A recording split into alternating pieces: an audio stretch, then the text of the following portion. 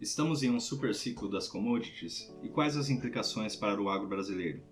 No que diz respeito às commodities, já não é novidade que há uma tendência de alta para esse tipo de produto, tanto para commodities agrícolas quanto para outros tipos de commodities, como o petróleo e metais, por exemplo. Uma hipótese vem sendo discutida nos últimos anos, e suas implicações vão desde possíveis mudanças em culturas minerais e matrizes energéticas dos países até maiores níveis de inflação. A hipótese de que estamos em um super ciclo de commodities. Mas afinal, o que é um super ciclo de commodities? E em relação ao agronegócio, como essa pode afetar níveis de demanda e preços? E principalmente, qual a implicação do super ciclo ao agronegócio brasileiro? É o que vamos falar nos próximos minutos. Olá pessoal, aqui é o Saulo do canal AgroMarkets e nesse canal falamos sobre o mercado agrícola, suas principais tendências e perspectivas. Inscreva-se para receber nossos novos vídeos. Muito obrigado. Antes de falar sobre o que é super ciclo de commodities, é importante que se entenda, de forma breve, o que é esse tipo de produto. Basicamente, para um produto ser considerado uma commodity, essa deve apresentar três características básicas. Primeiro, ser um produto primário, assim como milho, soja, trigo e café, dentre outros. Segundo, ter grande demanda em um mercado global. E terceiro, ter suas cotações baseadas em bolsas de mercadoria, tais como a Bolsa de Chicago, BMF-Bovespa, Bolsa de Xangai, dentre outras. Pode-se dizer assim que commodities são ativos básicos da economia e que servem como base, matéria-prima ou mesmo fonte de outros produtos. Tomemos como exemplo a soja. Do esmagamento da soja, devem se gerar o farelo de soja e o óleo, além de outros subprodutos, como a lecitina, por exemplo. O farelo de soja é a base da indústria de alimentação animal, e o óleo atende, basicamente, à alimentação humana. Trata-se, portanto, da base fundamental de toda uma cadeia do agro, que obtém da soja a proteína necessária para a fabricação de ração, o óleo de cozinha que usamos em nossas casas, além de inúmeros outros subprodutos. Assim, falar de commodities é falar do que é básico em nosso sistema econômico.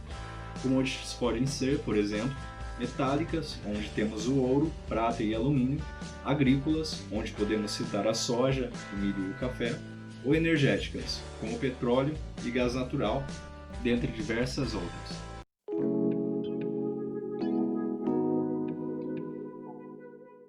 Desde o início da Revolução Industrial, o mundo viu sua população e a necessidade de recursos naturais crescerem. À medida que mais pessoas e riqueza se traduzem na demanda por bens globais, os preços das commodities, como energia, agricultura, pecuária e metais, muitas vezes seguem em sincronia. Esse ciclo, que tende a coincidir com longos períodos de industrialização e modernização, ajuda a contar uma história do desenvolvimento humano.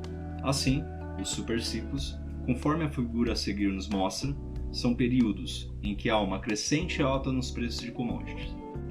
Em ordem cronológica, os superciclos foram os seguintes: 1899 a 1932, onde o primeiro ciclo coincide com a industrialização dos Estados Unidos no final do século XIX, 1933 a 1961, com o início do rearmamento global antes da Segunda Guerra Mundial na década de 30, 1962 a 1965, que se iniciou com a reindustrialização da Europa e do Japão no final dos anos 50 e início dos anos 60, e 96 até os presentes anos, que se iniciou em meados da década de 90 com a rápida industrialização da China. Pode-se dizer, de forma geral, que o último superciclo está ligado ao rápido crescimento chinês. Desde 1978, quando o então líder político Deng Xiaoping assumiu o poder, uma série de medidas econômicas foram realizadas, das quais se destacam investimentos na área de agricultura, indústria, comércio, tecnologia, além da criação das zonas econômicas especiais. O rápido crescimento foi sustentado pela alta industrialização, o que levou o país a uma mudança bastante significativa em seu perfil demográfico. Assim, a população chinesa, que até então vivia massivamente na zona rural e que basicamente praticava agricultura de subsistência para sua própria sobrevivência, saiu dos campos em direção à zona urbana. De 2007 até 2017, pode-se dizer que uma população equivalente à população brasileira fez o êxodo rural, ou seja, cerca de 200 milhões de pessoas migraram do campo para as grandes cidades chinesas.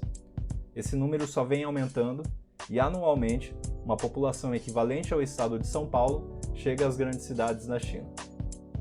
Assim, a elevação da renda da população e sua crescente urbanização foi o que levou a população chinesa a adotar novos hábitos de consumo, o que incluía um maior consumo de proteínas, especialmente aquelas industrializadas. Pode-se dizer, portanto, que o fator que impulsionou as commodities agrícolas neste último superciclo, em especial se tratando da soja, foi o crescimento chinês. Para se ter uma ideia, desde meados dos anos 80, o consumo per capita de carne na China quadruplicou, chegando a 61 kg de carne por pessoa em 2010. Este gráfico nos mostra o total de importação de soja, do ano de 2000 até 2020 pela China. Em 20 anos, o país passou de uma exportação de cerca de 13,2 para 98,5 milhões de toneladas. Estes números representam um avanço sem precedentes na importação dos produtos, que beneficiou as exportações brasileiras. Para maiores informações sobre a China e as mudanças das quais falamos nesse vídeo, recomendo a leitura dos artigos que seguem na descrição do vídeo.